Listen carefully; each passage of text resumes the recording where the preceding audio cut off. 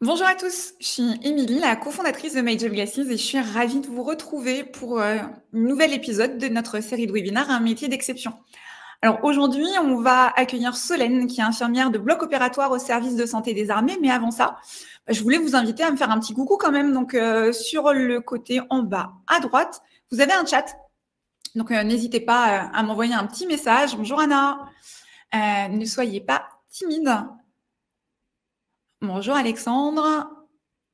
Bonjour André, bonjour Karine, bonjour Astrid, bonjour Aya, Guillaume, Joachim, Erwan, Claude, Manon, Laura, je crois que j'ai raté des personnes, Kevin. On est ravis de vous avoir avec nous aujourd'hui. Alors si vous connaissez le principe, vous savez que pendant la première demi-heure, c'est moi qui vais poser des questions à Solène pour en apprendre un petit peu plus sur son parcours. Et pendant la deuxième partie, c'est vous qui allez pouvoir, au travers de l'onglet questions, juste à côté de l'onglet chat, vous allez pouvoir poser une question.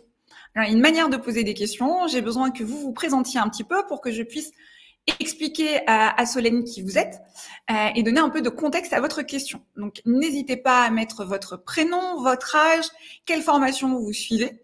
Et puis après, la question. Vous pouvez poser vos questions à tout moment, que ce soit pendant la première partie où moi je vais échanger avec Solène, ou que ce soit par la suite. N'hésitez pas à poser vos questions. Plus vous les mettez tôt, il y a un avantage quand même, c'est que je vais prendre les questions qui sont les plus votées par les participants. Donc plus vous les mettez tôt, plus vous avez de la chance qu'il y ait des personnes qui les voient et qui votent pour vos questions, et donc du coup qu'elles remontent. Et comme ça, vous pouvez vous assurer que je vais prendre votre question pour la poser à Solène. Alors, juste avant que Solène nous rejoigne, vous dire quand même quelques éléments sur le métier de Solène, puisque Solène, elle est infirmière de bloc opératoire diplômée d'État. On appelle ça les IBOD. Et donc, il s'agit d'un métier qui est exercé au sein du service de santé des armées dans tous les hôpitaux militaires de France. Les infirmiers ou infirmières de bloc opératoire diplômés d'État, ils contribuent pleinement à la mission première du service de santé des armées, puisqu'ils assurent la prise en charge médico-chirurgicale des soldats. Alors, vous allez voir aussi, Solène va nous l'expliquer. Bien évidemment, ces infirmiers de bloc opératoire, ils vont exercer aussi au profit des civils, puisque dans les hôpitaux militaires, c'est ouvert à tous. Et donc, il y a à la fois des patients qui sont des militaires, mais il y a aussi beaucoup de civils. Vous verrez aussi, j'ai pas tout envie de vous dire sur le parcours de Solène, mais elle va vous l'expliquer elle-même directement. Mais vous verrez qu'on va parler OPEX, donc opération à l'extérieur, donc en dehors du territoire français, qu'il y a des expériences qui sont hyper intenses qu'elle va pouvoir nous partager, et que ce métier, c'est un des très nombreux métiers du domaine de la santé, puisqu'on peut exercer plus de 300 métiers au sein des services de santé des armées. Donc voilà. Et puis on espère que ça va vous inspirer, parce qu'il y a de très nombreux postes à pourvoir au sein des hôpitaux d'instruction des armées sur ce poste-là, sur le poste de Solène. Donc j'espère qu'à la fin de ce webinaire, vous y verrez plus clair. Et si ça vous intéresse, vous pourrez aller postuler pour rejoindre Solène. Alors, je sais que vous êtes impatient. Du coup, je vais inviter Solène à me rejoindre pour venir vous partager son parcours. Et bonjour à Romain et Cyrielle, qui sont les derniers à nous avoir rejoints et dont je vois le petit message qui s'affiche. Bonjour Solène. Bonjour Émilie, bonjour à tous. Je me présente, donc Solène, infirmière de bloc opératoire au sein de l'hôpital d'instruction des armées de Bégin à Saint-Mandé. Super. Merci d'être avec nous Solène, et de prendre un petit peu de temps pour nous expliquer votre parcours. Moi, j'avais une première question pour vous Solène. Infirmière, c'était un rêve de petite fille? De longue date, on va dire. Infirmière, j'ai voulu l'être assez tôt au collège. Alors, au départ, ce n'était pas du tout le bloc opératoire. Je ne savais même pas qu'il y avait des infirmières au bloc opératoire. J'étais plutôt sur puéricultrice, donc rien à voir. C'est un peu après, plutôt au lycée, au cours de ma journée d'appel, que j'ai découvert aussi le métier on m'a parlé en tout cas, d'infirmière au sein des armées. Et du coup, je me suis dit, pourquoi pas concilier les deux. C'est vrai que le monde militaire m'attirait pas mal. Le fait effectivement d'exercer autrement, pas forcément dans les hôpitaux, de pouvoir partir en mission. C'est comme ça que je suis amenée à m'y intéresser particulièrement. Et après, le bloc opératoire, c'est venu encore un peu plus tard. Alors, on va prendre les choses dans l'ordre. Donc, vous faites votre journée d'appel à la défense, un peu comme, comme tous les jeunes. Vous découvrez qu'il y a des infirmières au sein des armées.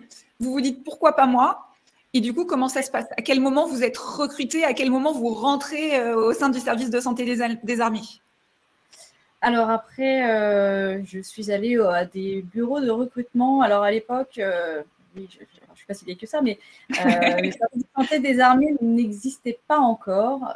Du coup, chaque armée, donc marine, armée de l'air et armée de terre, avait son recrutement personnel, en gros, d'infirmiers. Donc je m'étais rendue dans différents bureaux de recrutement pour me renseigner sur comment procéder pour rentrer dans l'armée et surtout comment rentrer à l'école d'infirmiers militaires. C'est là que, entre autres, on m'a appris que donc, les études étaient financées par l'armée, qu'en plus de ça, alors la première année, on est également logé et on a un salaire, ce qui permet une autonomie immédiate. En gros, on est étudiant, mais on est autonome. Donc ça faisait encore des points un peu des points forts pour moi en tout cas. Donc pour bien comprendre Solène, vous vous rendez compte que dans le cadre des armées, en fait, on est formé directement et qu'en tant qu'infirmière, votre formation d'infirmière serait financée et en plus vous serez payé pendant vos études. C'est un peu ça. Tout à fait. C'est pas mal en effet. Voilà. Bon, alors après, les places sont chères. Clairement, à l'époque, il n'y avait qu'une seule école d'infirmières, d'infirmiers, pardon, et elle se trouvait à Toulon. Aujourd'hui, celle de Toulon est fermée, mais il y en a une à Lyon. D'accord. Donc, une seule école, peu de place. Donc, j'ai beaucoup volontaire. Voilà. Je savais que je voulais faire infirmier, ça c'était sûr. Donc, je ne voulais pas perdre mes chances. Donc, j'ai postulé pour l'école d'infirmier dans l'armée, mais j'ai aussi postulé à l'école d'infirmier civile sur Paris, donc la PHP. Bon, malheureusement ou heureusement, ça n'a aucune importance. J'ai eu celui dans le civil et je n'ai pas eu celui dans l'armée. Donc, vous avez commencé à avoir votre formation dans le civil? Tout à fait. J'ai fait toute ma formation à l'école d'infirmier dans le civil, à la PHP, à Villejuif en l'occurrence. Voilà, donc mes 3 ans dans le civil. C'est au cours de mes études à l'école d'infirmier que j'ai découvert le bloc opératoire à travers des stages. J'ai eu la chance de pouvoir faire certains stages en chirurgie dans les services, mais aussi de descendre quelques jours par-ci, par-là au bloc. Et j'ai fait, entre autres, mon dernier stage pour clôturer ce qu'on appelle le stage pré-pro, qui clôture en gros le cursus d'infirmier. Complètement au bloc opératoire, et c'est vrai que c'est gros coup de cœur pour ce service. Voilà, c'est là que j'ai découvert ma vocation, c'était le bloc opératoire et rien d'autre. Ok, donc à cette époque-là, vous êtes infirmière de bloc opératoire dans le civil. Alors après, voilà, je suis sortie de l'école d'infirmier. Ouais. Diplôme en poche, je savais que je voulais faire du bloc, donc j'ai été recrutée par l'Institut Gustave Roussy à Villejuif également, centre de lutte contre le cancer. Et là, j'ai eu la chance d'avoir une place de faisant fonction d'infirmière de bloc. Vous expliquez ce que c'est le faisant fonction, peut-être pour les jeunes qui nous écoutent? Tout à fait. En gros, j'exerçais en tant qu'infirmière au bloc opératoire, mais sans avoir le diplôme de la spécialité. D'accord. On a la possibilité de le faire. Pour le moment en tout cas. Donc voilà, j'ai eu cette chance-là et de bénéficier d'une formation par compagnonnage par mes collègues directement du coup. Vraiment au top. Ce qui fait que quand après j'ai décidé de rentrer à l'école de spécialisation, ça a été beaucoup plus simple. Et donc, du coup, la formation par compagnonnage, c'est vous étiez débutante, vous n'étiez pas encore formée à 100%, vous aviez quelqu'un de plus expérimenté qui était là pour vous montrer et vous apprendre un petit peu sur le terrain. Exactement, parce qu'en fait, le métier d'infirmière de bloc opératoire n'a vraiment rien à voir avec le métier d'infirmier qu'on nous apprend à l'école d'infirmière. Donc, j'avais tout à apprendre. Et, très clair. De ce côté-là, je n'ai pas eu aucune difficulté à trouver de l'aide, en tout cas pour me former. J'ai eu vraiment des collègues très, très exceptionnels, je peux le dire, vraiment des collègues exceptionnels pour me former et me faire découvrir leur métier. Et c'est après, bon, par la suite, je les ai quittés. Et justement, alors comment vous avez fait ce pont entre le civil, puisque bon, voilà, vous étiez et de nouveau, vous êtes au SSA aujourd'hui, donc au sein du service de santé des armées. Qu'est-ce qui s'est passé? Alors, j'avais toujours l'armée qui me trottait dans la tête. Ça n'était pas du tout sorti de mon esprit.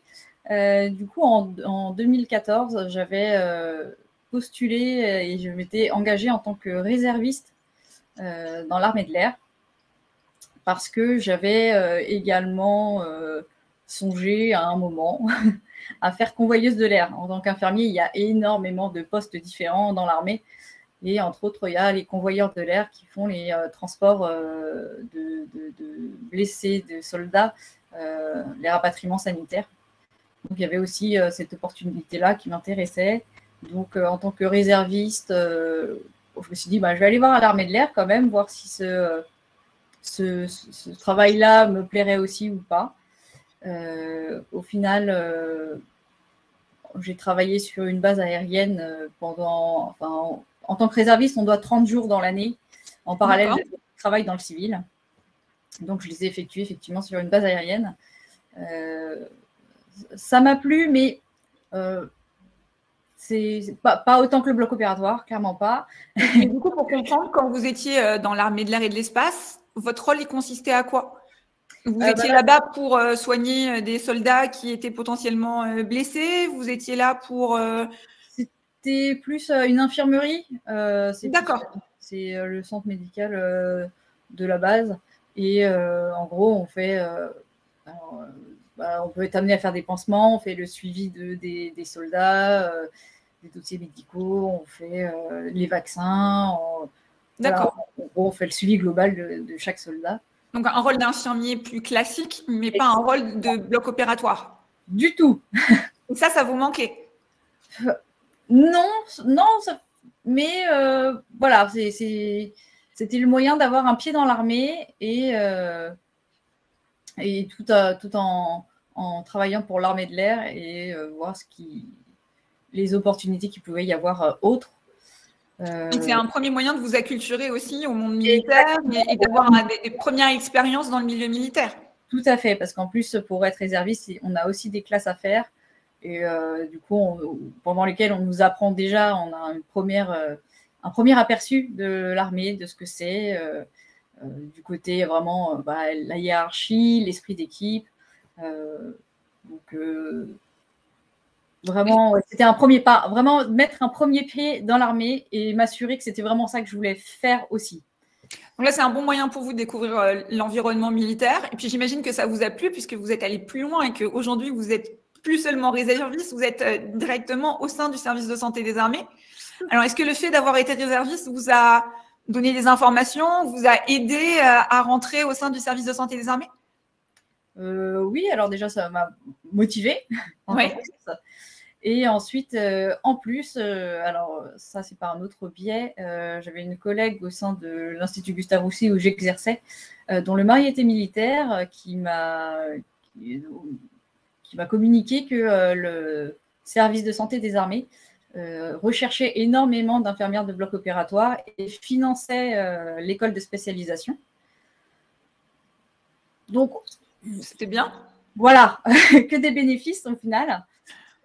Donc, voilà, j'ai réussi à me procurer par le biais du mari de ma collègue des numéros de RH pour aller effectivement postuler. Donc, j'ai proposé ma candidature, mes motivations, le fait que j'étais déjà réserviste, je pense que ça aide aussi. Bien sûr. Voilà, et ils ont accepté. Donc, j'ai même pas eu besoin de travailler pour eux qui me proposaient déjà, en gros, de partir à l'école. Donc, contrat signé, je suis partie directement à l'école de spécialisation, à l'école des infirmiers de bloc opératoire. Alors, à l'époque, c'était à l'hôpital de la Salpêtrière, à Paris. Il y en a d'autres. Hein. Pour l'armée, il y en a aussi un à Lyon, entre autres. D'accord. Et donc, du coup, moi, mon premier renseignement déjà en écoutant votre parcours, c'est que j'ai compris qu'on pouvait rentrer à deux moments, si je ne dis pas de bêtises, avant d'être formé Donc, en ayant sa formation financée et on va faire ses classes et avoir sa première formation d'infirmière. Et on peut aussi rentrer, une fois qu'on a une formation d'infirmière qui est validée dans le civil, on peut rentrer aussi après, une fois qu'on est déjà diplômé, en fait. Tout à fait. Tout à fait. Tous les parcours sont bons. On peut arriver à tous les moments. Donc, si on a des jeunes qui sont en cours de formation dans le civil, qui ne s'inquiètent pas, ils pourront à un moment donné faire la bascule et rentrer au sein du SSA si ils ont l'envie et qu'à un moment donné, ils sont recrutés. Tout à fait. Après, dans l'armée, il y a quand même la seule barrière, ça serait l'âge et l'aptitude médicale. Et la nationalité. Et la nationalité, évidemment. Tout à fait. Tout à fait. Après, du coup, vous faites votre formation, c'est une formation militaire, c'est une formation de santé. Est-ce qu'à un moment donné, il y a une formation où on vous apprend les codes, il y a une acculturation militaire aussi dans le cadre de la formation que vous avez faite? Oui, en effet, parce que du coup, l'école est financée, on a un engagement qui va avec, c'est donnant-donnant. Ils nous financent notre formation. Moi, j'ai signé un contrat de 6 ans, école incluse. Donc, en gros, je leur devais 4 ans et demi. D'accord. En sortant de l'école, ils m'ont envoyé faire mes classes militaires pendant 1 mois à l'école de gendarmerie de Rochefort. Donc là, vous vous retrouvez dans une école de gendarmerie. Et là, le but, c'est pas tellement de vous apprendre votre métier d'infirmière de bloc opératoire, c'est plus de vous apprendre à marcher au pas, à chanter, à avoir les codes, etc. Voilà, la hiérarchie, ça ressemblait beaucoup finalement à mes classes de réservistes, mais en plus long, en plus concentré, enfin en plus dense aussi. On nous apprend beaucoup finalement l'esprit d'équipe. On a fait du bivouac, on a fait du tir, mais vraiment ça reste une formation vraiment là pour le coup militaire. Très clair. Ouais. Et à l'issue de cette formation militaire, vous avez votre formation de spécialité donc pour devenir infirmière de bloc opératoire ou pas du tout? Non, moi du coup j'ai signé mon contrat, je suis partie directement à l'école. Donc en fait mes classes sont arrivées juste après. D'accord. Alors c'est pareil, hein, ça va dépendre de l'organisation, de comment ça tombe. Si j'avais eu ma rentrée des classes un peu plus tard, je pense que j'aurais fait mes classes avant. Mais voilà, là c'est tombé comme ça. D'accord. Et voilà. Après l'école, par contre, après l'école de spécialisation, j'ai eu une formation plus spécifique pour les départs en mission. D'accord. Avec les infirmiers anesthésistes. On a la même formation, puisqu'on est amené à travailler tout le temps ensemble. Et ben, du coup, on a la formation en commun. Excusez-moi, c'est une formation pour vous expliquer, enfin, pour vous aider à être acculturé au fait d'aller en mission extérieure pour soigner potentiellement des soldats qui sont blessés dans des théâtres d'opération. C'est ça, en fait, ça nous prépare à nous organiser, à nous adapter avec peu de moyens finalement, puisque quand on est en mission, on n'a pas les mêmes moyens, c'est pas les mêmes non plus notions d'hygiène. On nous apprend à monter des tentes, à monter notre bloc opératoire de bout en bout et à s'organiser et à prendre en charge des patients avec ces moyens-là. Et donc, du coup, on nous réapprend encore une fois que nous sommes avant tout une équipe et on travaille main dans la main avec l'infirmier anesthésiste, le chirurgien, l'anesthésiste. Voilà, on ne peut pas avoir un bloc opératoire sans ces personnes-là. Donc, cette formation, pour le coup, est vraiment, vraiment très intéressante également. Et à l'issue, pardon. Non. Et à l'issue, vous êtes affecté dans un hôpital d'instruction militaire, justement? J'ai été déjà affectée juste avant, en sortie d'école de spécialisation. J'étais déjà affectée, du coup, à l'hôpital d'instruction des armées de Bégin. Vous êtes toujours d'ailleurs aujourd'hui? Exactement. D'accord. Et là, du coup, avant de parler peut-être de ce que vous faites quand vous êtes en mission extérieure, quand vous êtes en France, donc quand vous êtes à Bégin, de manière classique, comment ça se passe? Quel est votre rôle? Quelle est votre mission en tant qu'infirmière de bloc opératoire? Alors, ma mission, c'est le bon déroulement d'une intervention chirurgicale. Donc, pour ça, on va préparer le matériel dans un premier temps, on va préparer l'environnement préopératoire. Ensuite, avec l'infirmier anesthésiste, on va aller accueillir le patient, on va essayer de le rassurer parce qu'ils sont souvent anxieux quand ils arrivent au bloc. On va également faire les vérifications médico-légales, ce qu'on appelle notre checklist. Comme les pilotes, avant de décoller, ils ont toute une checklist. Bah, nous, c'est la même chose. Ça évite les erreurs de côté, par exemple. Oui, tant qu'à faire. Voilà. Et là, les patients sont aussi bien militaires que civils. Ça pourrait être moi ou quelqu'un d'autre. Tout à fait. On est ouvert au public. 7 jours sur 7, 24 heures sur 24. On a des urgences. Les militaires sont prioritaires, surtout quand ils sont rapatriés. Mais non, nous sommes également ouverts aux civils complètement. Et donc, du coup, si vous êtes ouvert aux civils, c'est que les opérations que vous faites sont des opérations classiques, j'ai envie de dire aussi, qui peuvent être des opérations… Oui, comme comme dans n'importe quel hôpital, en fait. Exactement. Parce qu'il faut quand même qu'on travaille, et des blessés militaires, finalement, il n'y en a pas tant que ça. Enfin, des blessés ou des malades militaires, il n'y en a pas tant que ça. Donc, non, on fonctionne majoritairement avec les civils. Voilà. Et ça doit être très différent, du coup, quand vous partez en mission extérieure. Oui, c'est différent. Alors, disons, déjà, les conditions ne sont pas les mêmes.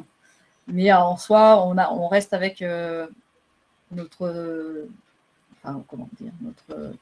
métier de base. On fait le même métier, mais dans des conditions complètement différentes. Après, dans le quotidien, à l'hôpital, on va avoir 3 rôles et on va être, chacun sa place, et on va avoir des mesures d'hygiène drastiques, des flux laminaires.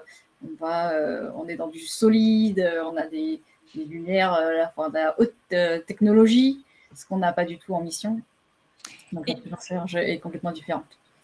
Vous, Solène, depuis que vous êtes au sein du service de santé des armées, vous avez eu l'occasion de partir 2 fois en OPEX, 2 missions qui n'avaient rien à voir et qui étaient dans des conditions extrêmement différentes. Est-ce que vous pouvez peut-être nous parler de votre première mission? Oui. Et puis après, on ira sur la deuxième qui était dans d'autres conditions, on va dire. Tout à fait. La première était en Côte d'Ivoire, donc c'est sur une base arrière qui était bien ancrée sur les terrains, et ça fait un moment qu'on y est, et voilà, on est sur une base assez importante, tout est goudronné, on est dans du solide, on est logé dans des appartements, le bloc opératoire est dans du dur, c'est pas de flux laminaire, mais on a des voilà. Là, et puis on est loin des combats, donc au final on fait surtout de l'aide médicale à la population. Donc ça veut dire que c'est pas forcément des soldats que vous allez soigner, c'est plutôt des personnes qui vivent dans le pays dans lequel vous êtes. Et là, ça va ressembler un petit peu à ce que vous faites quand vous êtes à l'hôpital, c'est-à-dire que vous allez aussi faire de la médecine, de la médecine, c'est chirurgical toujours, parce que vous êtes en bloc opératoire, mais c'est encore une fois des opérations un peu classiques qu'on retrouverait de la même manière. Oui, ça va être de la chirurgie classique. Après, on reste sur des gestes simples. On offre ces soins à une population qui n'a pas les moyens de se soigner. Et il faut que ça reste simple, parce que en fait, on va les voir le jour J, on va les opérer, mais il est très probable qu'on les reverra jamais pour les suites, pour les suivis. Donc, il ne faudrait pas qu'on ait des complications derrière. D'accord. Après, ça reste effectivement quand même des conditions optimales pour les soigner. On a beaucoup plus de moyens. Si on a le matériel, on a suffisamment en tout cas pour pouvoir travailler tous les jours, faire de la population tous les jours. Voilà, on fait quand même attention à pas trop en utiliser, parce qu'il faut toujours en garder au cas où pour les soldats français. Mais voilà, on peut mettre à disposition en tout cas notre savoir et notre matériel à la population. Super. Votre mission, elle a duré combien de temps quand vous étiez là-bas? Cette première mission a duré 5 mois et demi, initialement 4, et elle a fini par s'achever à 5 mois et demi. Les aléas. Exactement. Super. Donc là, vous êtes dans des conditions qui sont quand même bonnes. Vous avez été dans du solide. On n'est certes pas dans le même niveau d'exigence en termes de, de sécurité, etc., qu'on serait dans le cadre d'un hôpital en France, mais on est dans des conditions qui sont quand même relativement bonnes pour vous. Et la deuxième mission, elle a été plus, on va dire, challenging, peut-être un peu. Oui, voilà. Après, pour cette mission, du coup, mon engagement a pris tout son sens. C'était pour ça qu'à la base que je m'étais engagée en tant qu'infirmière de bloc opératoire. Et surtout, depuis 2021, j'ai intégré une antenne chirurgicale parachutiste, la 14e. Génial. Donc, parachutiste, ça veut dire que vous sautez en parachute?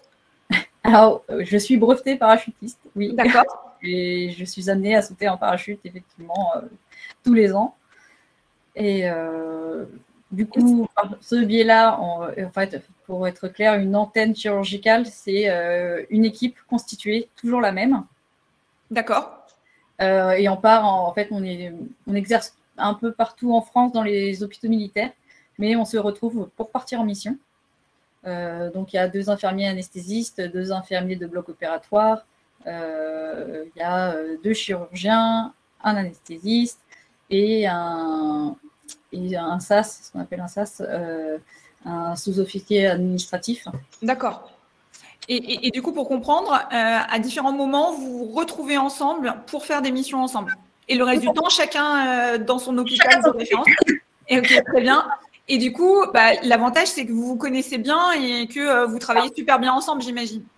Voilà. Alors, il y a toujours un petit temps d'adaptation quand même. Hein, pour se remettre dans le contexte et ensemble.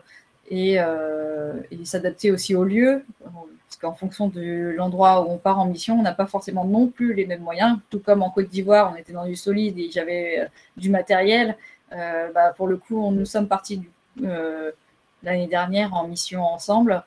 On était sur une base avancée, du coup, sur une base au plus près des combats et des combattants. Vous pouvez dire où c'était ou ça doit rester C'est au Mali. Ok, non mais très bien. Voilà. Et là, pour le coup, on était dans ce qu'on appelle l'ARCS. Alors, qu'est-ce que c'est que l'ARCS? L'ARCS, c'est l'antenne de réanimation et de chirurgie de sauvetage. Donc, c'est un module de 4 tentes. Donc là, on est sous tente. Voilà, on est sous tente. On est avec des clims, sous tente avec des clims et tout le matériel est en caisse et limité. Et en gros, on doit pouvoir se déplacer avec et la monter en 2 heures et la démonter pour repartir à un autre endroit, tente incluse. D'accord. Donc là, vous allez au plus près des combats, au plus près des endroits où on pourrait trouver des soldats qui ont besoin justement qu'on s'occupe d'eux s'ils sont blessés. Et vous montez votre propre tente au sein de l'équipe. Vous faites tout ce qu'il faut, vous refermez votre tente, vous prenez vos affaires et potentiellement, cette tente, elle doit être redéployée à un autre endroit où on va avoir besoin de vous, c'est ça? Tout à fait. Wow. Voilà. Ça va être en fonction des opérations en cours. Donc, on est amené à effectivement se déplacer. Après, c'est vrai que du coup, le matériel doit être limité parce qu'il faut qu'on puisse le porter. Le porter, effectivement, et le déplacer rapidement. Donc, c'était un peu ça, le challenge de la dernière mission. Pour le coup, nous, il y avait pas mal d'opérations dans le coin où on nous avait envoyé, donc on l'a juste démonté pour la déplacer ailleurs, mais on l'a fait qu'une fois. Alors que après, vous êtes resté au même endroit et vous avez géré à partir de cet endroit-là où vous étiez. Voilà, tout à fait. Et quand on a préparé ce webinaire, vous me disiez que les conditions n'étaient pas forcément toujours évidentes. Par exemple, il n'y avait pas d'eau. Voilà, oui, quand on est arrivé sur le camp, la nappe phréatique avait été forée ultérieurement. Il ne donnait plus autant qu'au début, en tout cas. Et entre autres, les douches étaient à la bouteille. Mais du coup, on était très dépendant également de tout ce qui est transport, que ce soit routier. Pour l'alimentation, c'était que par rapport aux vecteurs aériens. Il faut savoir que le Mali, il y a quand même pas mal de tempêtes de sable. Donc, c'est très aléatoire, les vecteurs. Voilà. Après, en fin de mission, on a fini par... Ils ont reforé ailleurs et ils ont retrouvé de l'eau. Super. Et là, par contre, c'est des opérations qui peuvent être différentes. On est sur des blessures de guerre, etc. Vous avez une formation qui vous a formé à ça, vous le disiez tout à l'heure, avant de partir en mission. Oui, là, du coup, c'est aussi très différent dans l'exercice de votre métier que ce que vous pouvez voir de manière plus... Oui, la prise en charge, pour le coup, là, c'est vraiment des... On est là que pour prendre en charge les blessés de guerre. Voilà, les blessés au combat. Donc, effectivement, ça ne sera pas la même prise en charge, pas les mêmes blessures à traiter. C'est pas du tout de la chirurgie réglée. On va avoir les blessures par balle, blessures par arme blanche ou des éclats d'obus ou des éclats de bombes, parce qu'il y a pas mal quand même de suicides bombeurs véhicules. Enfin, c'est oui, des IED aussi, des engins explosifs artisanaux. Donc en fait, ces bombes-là sont faites à partir de tout et n'importe quoi. Donc en fait, on peut avoir des éclats de tout et n'importe quoi, un peu partout. Très clair. Et tout à l'heure, vous nous avez mentionné que vous étiez parachutiste. Est-ce que c'est directement lié à votre rôle d'infirmière de bloc opératoire? Est-ce que c'est quelque chose que vous avez appris à 100% au sein du SSA, ou est-ce que vous sautiez déjà en parachute avant de rejoindre? Est-ce que vous pouvez nous en dire un petit peu plus sur cette spécialité que vous avez? Vous êtes seule, il y a beaucoup d'infirmières de bloc opératoire qui sont parachutistes aussi. Comment ça fonctionne? Alors non, je n'avais jamais sauté en parachute. D'accord. Au sein du SSA, en gros, il y a 8 antennes chirurgicales, dont 2 qui sont parachutistes. Donc, au final, comme on est 2 infirmiers de bloc opératoire par antenne, on est 4 à être parachutistes. Après, par contre, l'ensemble de l'antenne est également parachutiste. D'accord. Donc, les infirmiers anesthésistes, le chirurgien, l'anesthésiste, ils sont tous parachutistes. Super. Voilà. C'était une volonté de votre part? C'était quelque chose qui... Alors oui, donc petite anecdote, pendant ma formation initiale de militaire, mes classes, j'avais un instructeur qui était parachutiste, qui était dans l'armée de terre, et qui avait, lors d'une cérémonie, qui avait son brevet accroché à sa veste. Et je lui avais dit, moi je le veux. C'est bien. Ah oui, c'est bien, hein, mais je lui ai dit, oui, mais ça se mérite. Et du coup, ça se passe comment, juste pour comprendre En gros, à partir du moment où je souhaitais être affectée en antenne chirurgicale parachutiste, c'était une condition sine qua non, c'était que je passe mon brevet parachutiste. Pour ça, il faut quand même passer des tests sportifs, il faut passer les tests médicaux. Et après, aller à l'école des troupes aéroportées à Pau pour passer ce brevet parachutiste. C'est une formation qui dure 15 jours. Vous nous raconter un peu pour nous faire rêver comment ça marche? Alors, comment ça marche? La formation en elle-même, on a de la théorie et après on a des ateliers où on manipule les parachutes et on teste un peu parce qu'il y a le dorsal, il y a le ventral, il faut connaître les mesures de sécurité quand même. Et en gros, la deuxième semaine, une fois que la théorie est acquise pour eux, on monte dans l'avion. C'est des parachutes à ouverture automatique. Parce qu'en plus, c'est du saut tactique, c'est à 400 mètres. Donc, on monte dans l'aéronef. On a ce qu'on appelle une SOA, c'est pas un câble, mais un fil bien solide qui est rattaché à notre parachute. On la fixe sur un câble qui est dans l'aéronef. Et puis après, je sais pas, on doit être une quarantaine de soldats dans l'avion. Et on est tous accrochés à ce même câble. Et puis, dès qu'on a l'autorisation des pilotes, c'est bon, vous pouvez sauter. Il y a peu de temps entre les personnes. En gros, on n'a pas trop le temps de réfléchir. C'est la cadence, ça doit être du bonhomme toutes les 2 secondes. Ah oui, c'est rapide en effet. De l'avion, donc on n'a vraiment pas le temps de réfléchir. Donc il n'y a que la période où le temps que l'avion prenne de l'altitude, en gros, pendant lequel on se dit mais qu'est-ce que je fais là, mais pourquoi je suis là, pourquoi suis-je venue, pourquoi j'ai voulu sauter en parachute. Puis finalement, hop, on saute. Et là, vous êtes contente. Et là, une fois qu'on a la voile, en gros, qui se déploie, et là, on est vraiment, vraiment bien. C'est un moment de calme, je trouve. C'est extraordinaire. C'est un moment de plénitude. Alors, on a des vérifications aussi à faire en vol et le sens du vent à prendre. Voilà, il faut qu'il soit dans le dos. Enfin, et puis après, il y a toute la méthodologie d'atterrissage. Mais c'est vrai que le moment sous voile est vraiment quelque chose à vivre. Et bon, et encore, ça dure pas très longtemps parce que 400 mètres, ça va très vite. Mais oui, c'est une expérience que je ne regrette pas du tout. Et vous avez été amené à sauter, enfin, à être déployé en parachute ou pas du tout? Pas encore. D'accord. Pas encore. Bon, je sais pas si ça arrive, vous êtes formé et vous savez faire. Voilà, exactement. C'est une option que le SSA se garde sous le coude. Il y a 2 antennes parachutistes au cas où. Super. On a été bavarde, je n'ai pas vu l'heure passer. En fait, il est déjà 18h37. Non, moi aussi. Je posais plein de questions. Du coup, c'est le moment où je dois prendre les questions des jeunes. Du coup, il y a Anna qui est à l'IFSI Paris-Saint-Joseph. Alors, un IFSI, c'est un institut de formation en soins infirmiers, c'est ça? Tout à fait. Super. Alors, la question d'Anna, qui ne m'a pas précisé son âge, c'est quelle est la mission la plus difficile à laquelle vous avez été affectée lors de votre carrière? Plus difficile, je dirais pas que ça a été difficile parce que du coup, j'ai eu ces 2 missions-là qui sont complètement différentes. Mais du coup, il y a eu des difficultés complètement différentes, mais que très vite surmontées.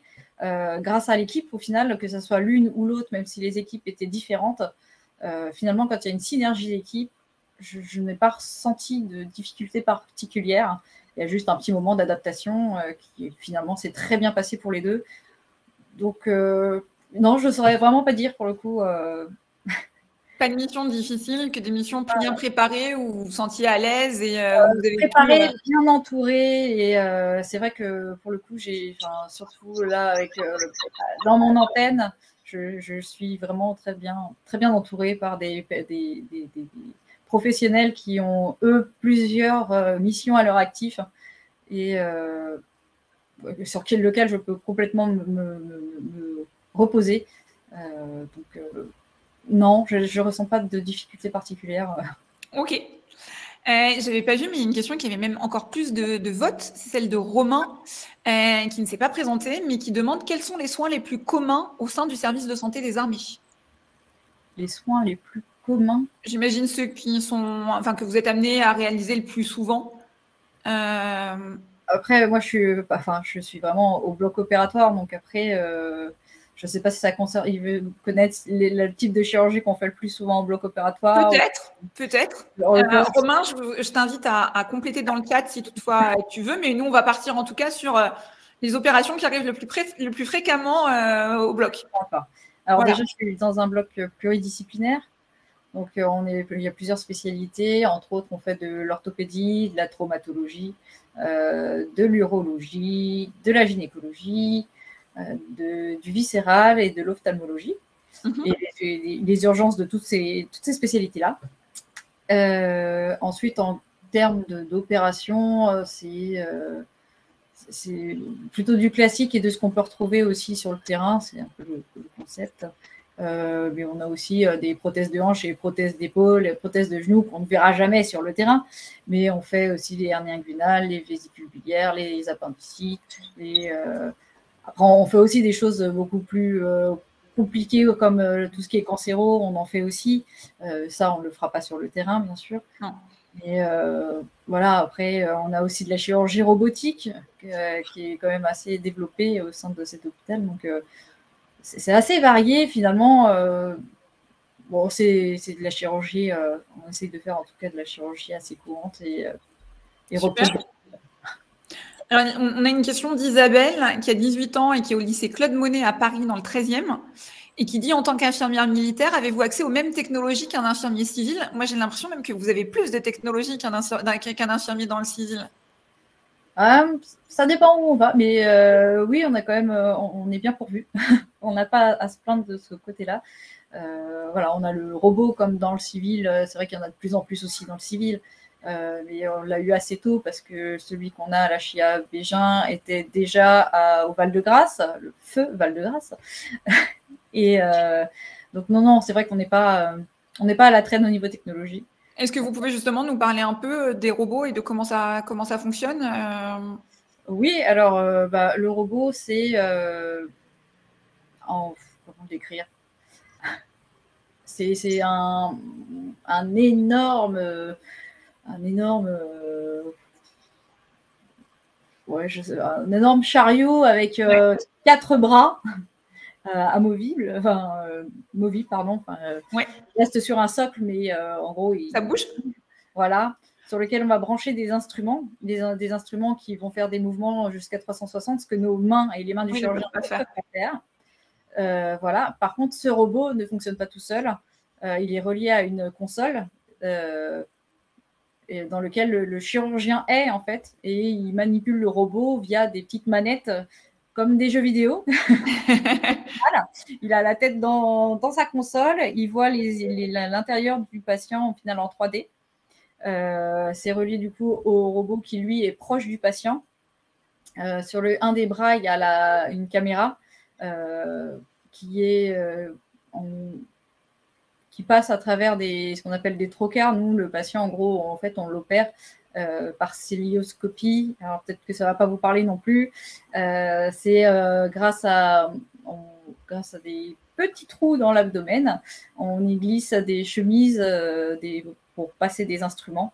On gonfle l'abdomen avec du dioxyde de carbone.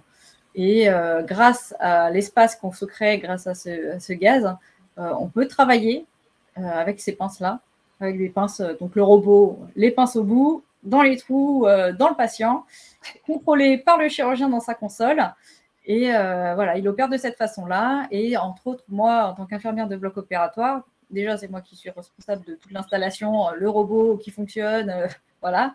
Et en plus, quand on fait l'aide opératoire ou l'instrumentiste, on est sur le champ opératoire. Nous, contrairement au chirurgien qui, lui, est dans sa console et qui ne sera pas en stérile, l'infirmière de bloc opératoire, elle est sur le champ opératoire avec le robot. Et aide aussi le chirurgien. Ça fait encore 2 bras de plus sur le champ opératoire en plus du robot pour aider le chirurgien à opérer et faire des gestes que le robot ne peut pas faire, comme il n'y a pas d'aspiration, il n'y a pas de pose de clip. C'est pour clamper des vaisseaux, ça le robot ne peut pas le faire. Voilà. Puis s'il faut changer une des pinces du robot, c'est également l'infirmière de bloc opératoire qui va le faire sur le champ. Si jamais il y a un couac avec le robot, une erreur, hein, pas forcément un problème avec le robot, mais des fois il y a des petits messages d'erreur, il faut que ce soit l'infirmière de bloc opératoire qui soit réactif et qui réajuste tout de suite le problème. Voilà, le robot ne fait rien tout seul en tout cas. J'imagine. Je vous posais cette question parce que justement on parlait de technologie et ce robot c'est un moyen en fait de pouvoir opérer en incisant moins le patient. Enfin, on arrive à faire des choses aujourd'hui qui sont assez incroyables et c'est grâce à cette technologie qui est dans vos mains, enfin dans celle du chirurgien, mais vous êtes à côté et vous travaillez avec lui, qui permettent en fait de faire des avancées qui sont assez incroyables. Et donc, du coup, vous, au sein du service de santé des armées, vous bénéficiez de ces dernières technologies et vous êtes extrêmement bien doté pour pouvoir faire au mieux votre métier. Oui, tout à fait. Ça, beaucoup, on n'est pas laissé pour compte. On a ce qu'il faut aussi pour avancer au niveau technologie. Enfin, on ne reste pas sur de la chirurgie non plus de guerre. Alors, le robot, on ne le retrouvera jamais sur un terrain, mais ça n'empêche pas que voilà, le service de santé des armées met quand même ces moyens, cette haute technologie également dans ces blocs opératoires. On a une question de Karim qui a 22 ans et qui est à l'IFSI de Pellegrin à Bordeaux, je crois, ou à côté de Bordeaux. Il demande si vous avez déjà été amené à collaborer avec des unités de santé militaire d'autres pays. Et si oui, dans quel cadre? Et si oui ou si non, est-ce que c'est quelque chose qui se fait assez régulièrement? Est-ce que vous arrivez à coopérer, peut-être dans le cadre de l'OTAN ou d'autres, avec des infirmiers d'autres pays? Alors, j'ai pas été amenée encore à travailler avec eux. J'en ai croisé en revenant de mission. On avait une escale dans un autre pays et effectivement, on a été amené à croiser par exemple les Allemands. On a visité aussi, eux, leur antenne chirurgicale. Voilà, ils étaient très accueillants et ils ont aussi beaucoup de moyens. Mais je n'ai pas encore été amenée à travailler avec eux en soi. Et c'est des choses qui sont possibles sur certaines missions. Par exemple, quand vous êtes sur des bases de l'OTAN, où on va retrouver des personnes différentes, enfin des personnels militaires différents qui sont là. Est-ce que vous aussi vous pouvez être envoyé dans ce cadre-là et avoir à collaborer avec d'autres services de santé des armées d'autres pays? Ou c'est moins fréquent? C'est moins fréquent. Après, on est amené à se croiser. De toute façon, la vie sur le camp fait que, effectivement, on va forcément se croiser, on va se côtoyer. Après, travailler ensemble en soi, je ne pourrais pas dire, peut-être là, en l'occurrence, avec l'OTAN, on serait peut-être amené à le faire.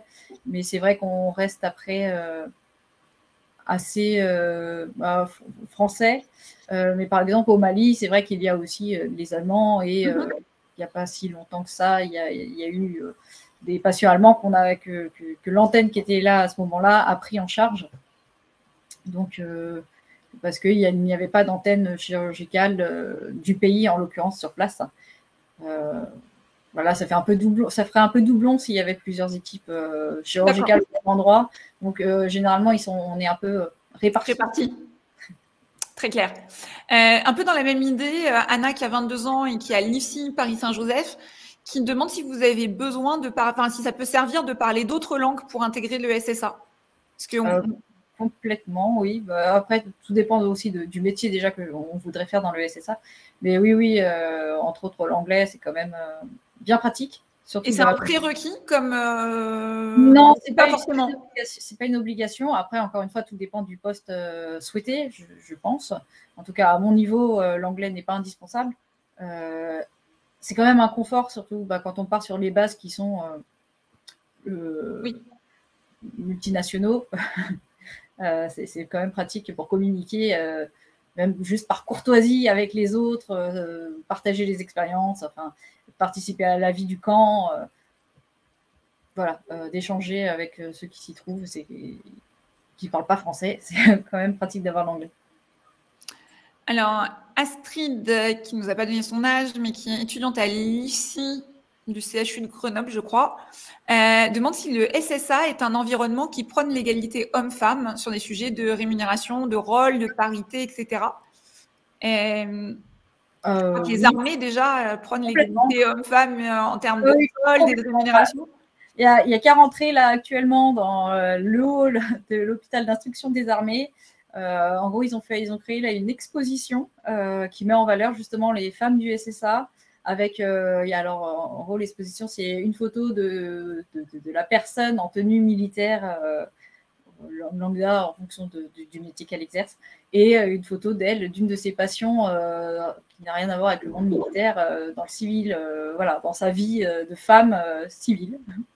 Et donc, non, si, ça en est quand même très, très porté, en tout cas, en tant que femme, par le SSA.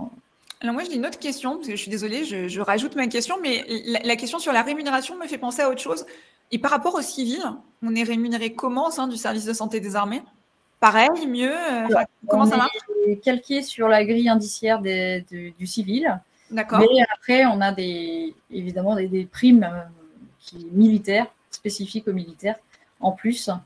Et alors, quand on part en mission extérieure, on est vraiment mieux payé parce qu'en fait, on est là-bas 7 jours sur 7, 24 heures sur 24. Donc, en l'occurrence, on est payé une fois et demie de plus que les autres mois. Oui, c'est bien l'émission. Aussi. C'est très bien déjà pour l'expérience et pour s'enrichir et pour être dans l'action en gros, et très bien pour la paye aussi. Ok. J'ai une question que je suis pas sûre de comprendre, mais que je vais poser quand même et puis vous me direz.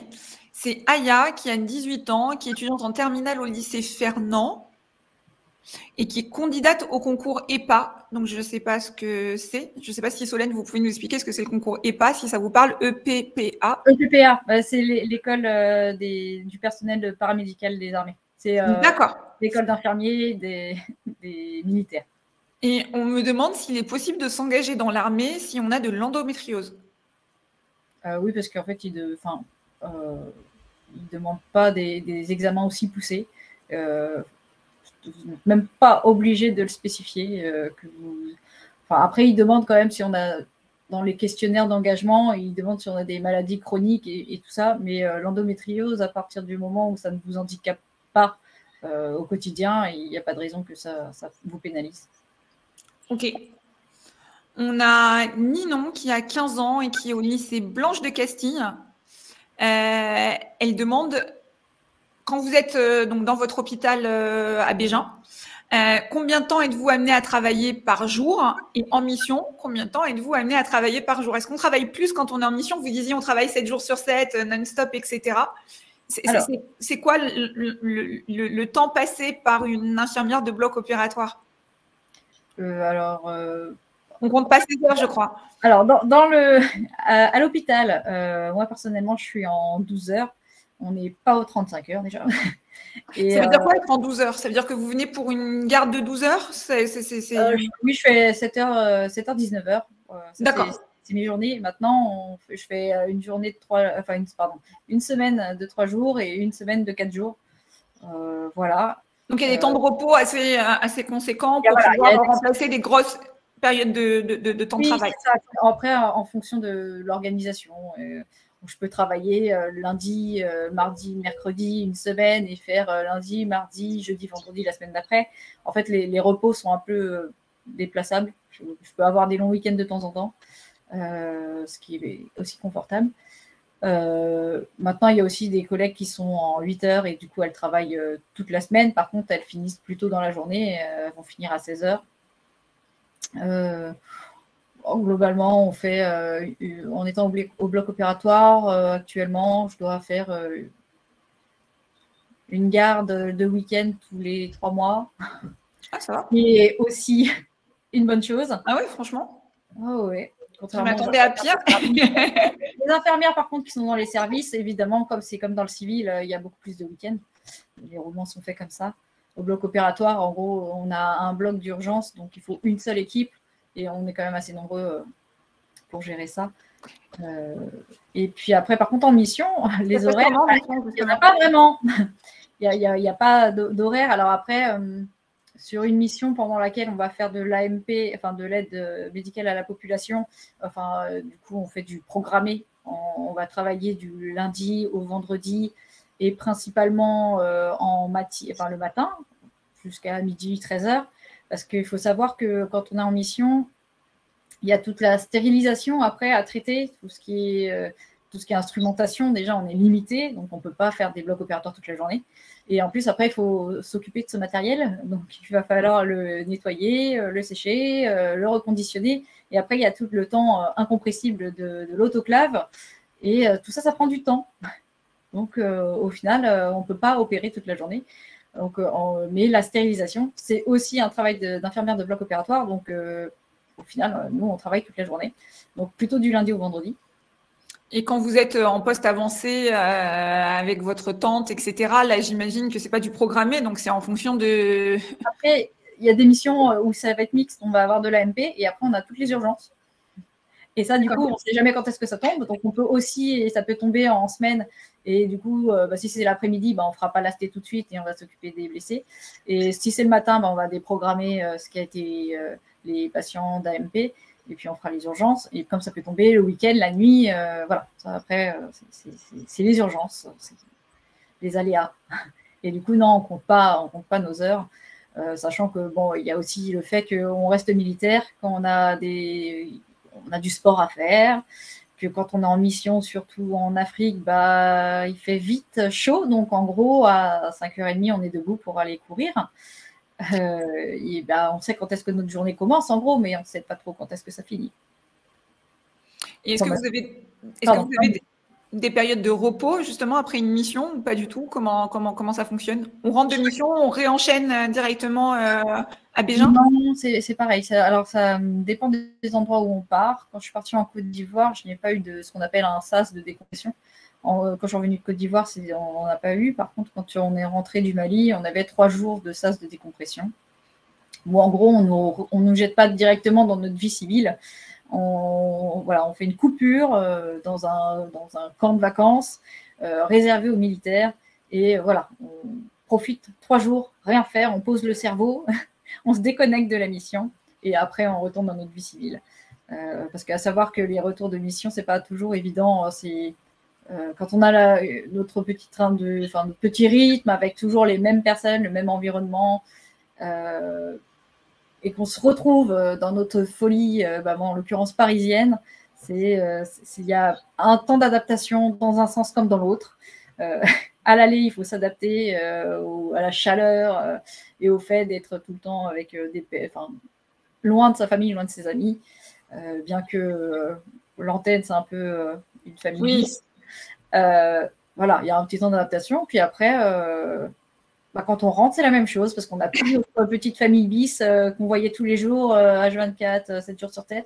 On ne la voit plus. Donc, ça fait un peu bizarre. Et puis, il faut se réadapter effectivement au monde, au rythme de l'hôpital. C'est pas toujours évident. Donc, il y a ce petit sas qui permet de se réadapter progressivement. J'ai une question qui sera la dernière parce qu'il y a plein de questions encore. Je m'excuse, mais voilà. Le temps, c'était 1 heure et on va peut-être dépasser un tout petit peu. C'est Katie qui a 17 ans, qui est en terminale au lycée Jules Ferry et qui demande qu'est-ce qui vous a le plus surprise sur votre métier tout au long de votre carrière et qu'est-ce que vous n'auriez pas imaginé et que vous avez, avant de l'exercer. À quoi vous ne vous attendiez pas et que vous avez un peu découvert dans l'exercice de vos fonctions? Qu'est-ce que j'ai découvert On vous a surpris? Ce qui m'a, je dirais l'esprit d'équipe, en l'occurrence, que j'ai trouvé dans l'armée et encore plus du coup en mission. Vraiment, j'en avais entendu parler, hein, mais c'est complètement différent quand on le vit. Comme je disais, c'est vraiment retrouver une famille bis.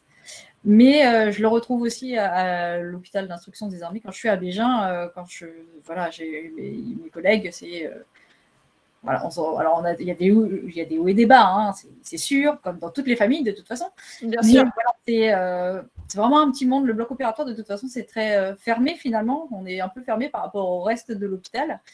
Mais c'est une ambiance, vraiment un esprit d'équipe vraiment très important, très présent. Il n'y a pas ce qu'on pourrait voir dans le civil au bloc opératoire, les infirmiers anesthésistes d'un côté, les infirmiers de bloc opératoire de l'autre, avec le chant entre les deux et ils ne se parlent pas de communication. Voilà, ça n'existe pas. Limite le chant, voilà, on pourrait le retirer, mais non, pour des questions d'hygiène, on ne le retirera pas. Mais voilà, il n'y a pas de séparation, on est vraiment une équipe et on fait tout en équipe. De la prise en charge du patient à la sortie de salle du patient, on est toujours une équipe et même après, avant. Donc voilà, ça, vraiment cet esprit d'équipe-là que j'ai trouvé dans l'armée qui est très important, très présent. Merci beaucoup Solène. Avant de se quitter, peut-être quelques messages que je voulais vous faire passer. C'est Elodie qui est au bureau du recrutement du service de santé des armées qui est avec nous et qui complète un petit peu certaines des réponses de Solène. Donc tout à l'heure, on a parlé d'aptitude médicale.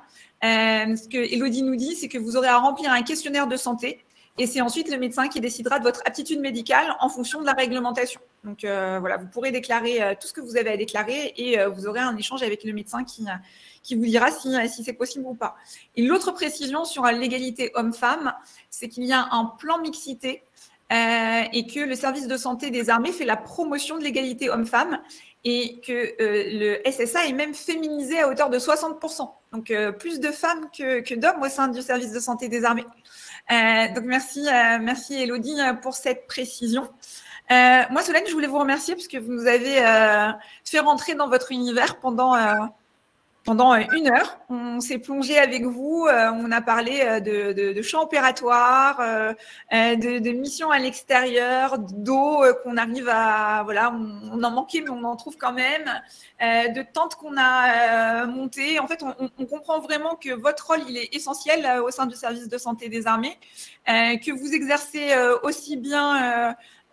au sein de Bégin, où vous allez vous occuper à la fois de patients militaires et civils et faire des opérations qui sont plus courantes, comme on pourrait trouver dans un hôpital civil.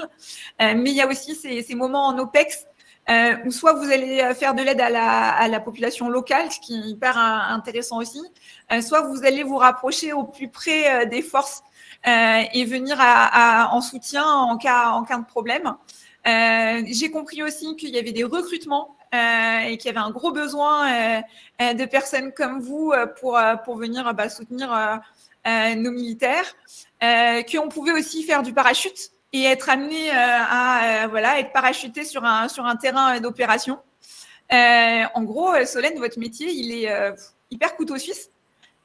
Il est très couteau suisse et ne serait-ce que au sein même du bloc opératoire, déjà, comme on a 3 rôles différents à faire et puis on est polyvalent, on fait toutes les spécialités et toutes les interventions de chaque spécialité.